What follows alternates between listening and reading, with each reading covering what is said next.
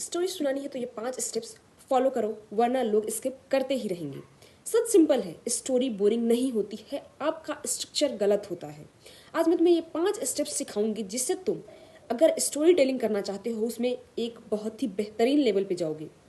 और ये टॉपिक सिर्फ उनके लिए नहीं है जो स्टोरी राइट करते हैं या स्टोरी सुनाते हैं, ये सबके लिए है जो कम्युनिकेशन स्किल्स को बेहतर बनाना चाहते हैं।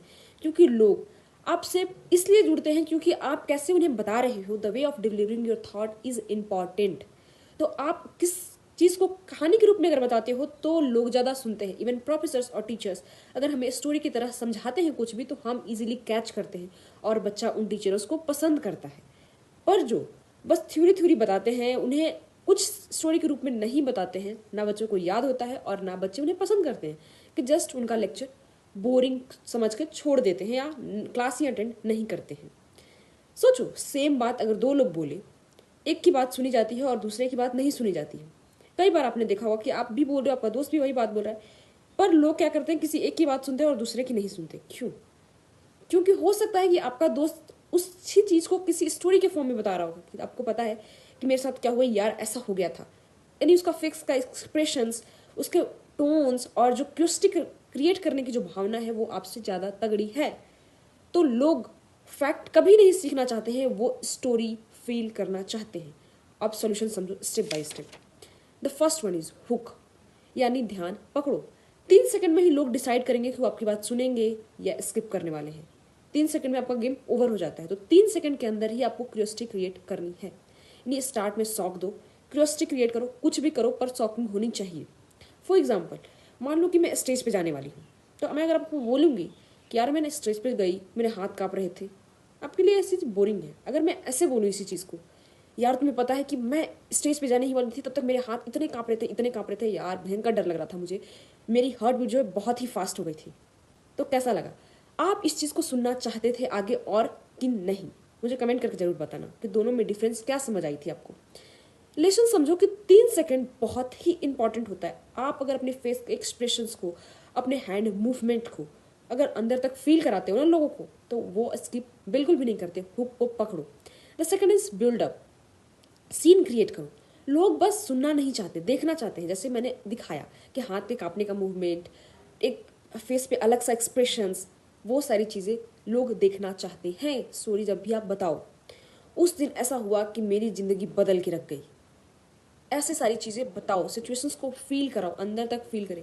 आपने कभी मूवी देखी है, उसमें क्या होता है कि अगर कोई बच्चा रो रहा होता है और बहुत ही चिल्ला रहा होता है, उसकी माँ उसे नहीं आती है बचाने, तो आप उस बच्चे के कैरेक्टर में चले जाते हो, पूरा अंदर तक फील करते हो कि यार कितना रो रहा है, काश उसकी माँ सुन क्यों नहीं रही है, सुन के आ जाती, उसे बचा लेती, या फिर उसे कुछ चाहिए होता उसे दे देती।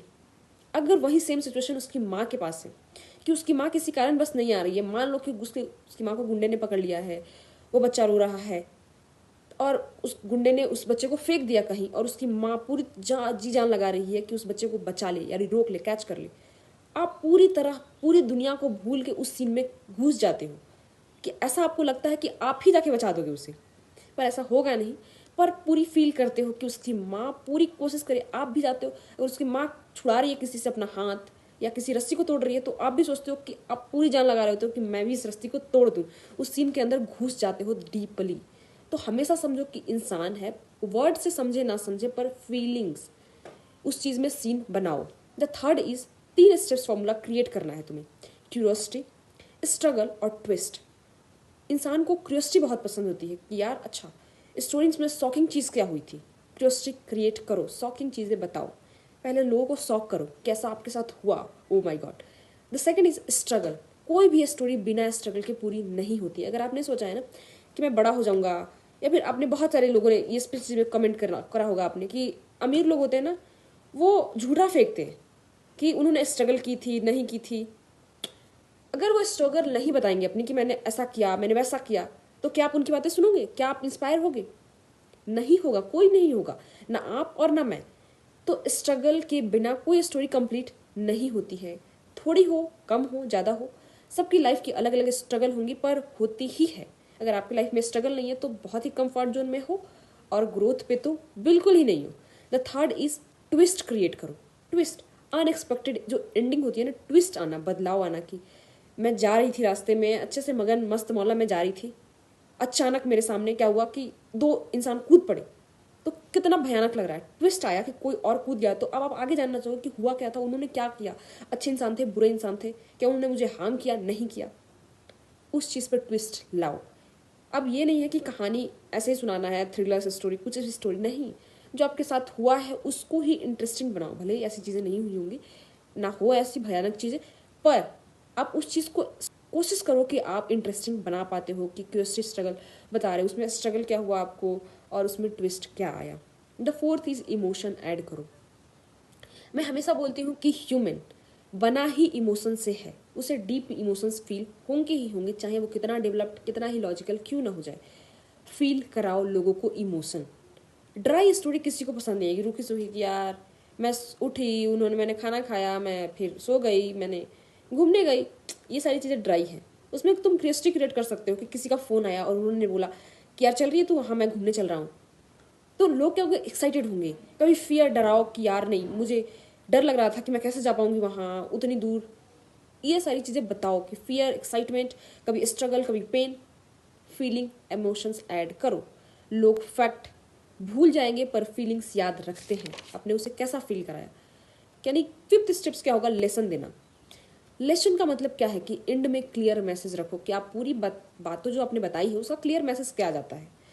उसी बात का लोग वेट करते रहते हैं। अच्छा तुमने पूरी कहानी बताई, किसी चीज़ पे तो बताई होगी, क्यों बताया कहानी, क्यों बताया, उसका जो आखिरी मेन लेसन्स है आप उसे कंक्लूजन दो, लेसन्स दो। स्टोरी का रिजल्ट दिखाओ कि इस स्टोरी का रिजल्ट क्या हुआ। मैं अच्छा वहाँ सेफली पहुँच गई थी और मैं अभी उस समय बहुत खुश थी, मतलब जो भी हुआ एंडिंग आपको दिखानी पड़ेगी। मूवीज़ की अगर एंडिंग ना दिखाई जाए तो आप मूवी देखोगे नहीं। मूवीज़ में एंडिंग दिखाई जाती है कि एंडिंग में क्या हुआ, या हीरो मर गया, हीरोइन मर गई। बच्चों में बहुत पसंद होता है कि हीरो हीरोइन कोई मर जाए। और क्या होता है कि अपनी शादी हो गई, उनकी नहीं हुई, गुंडे मर गए, जो भी हुआ होगा। तो यानी एंडिंग बहुत ज़रूरी है। सभी लाइफ की एंडिंग होती ही होती है, बिना एंडिंग की कोई स्टोरी नहीं होती है।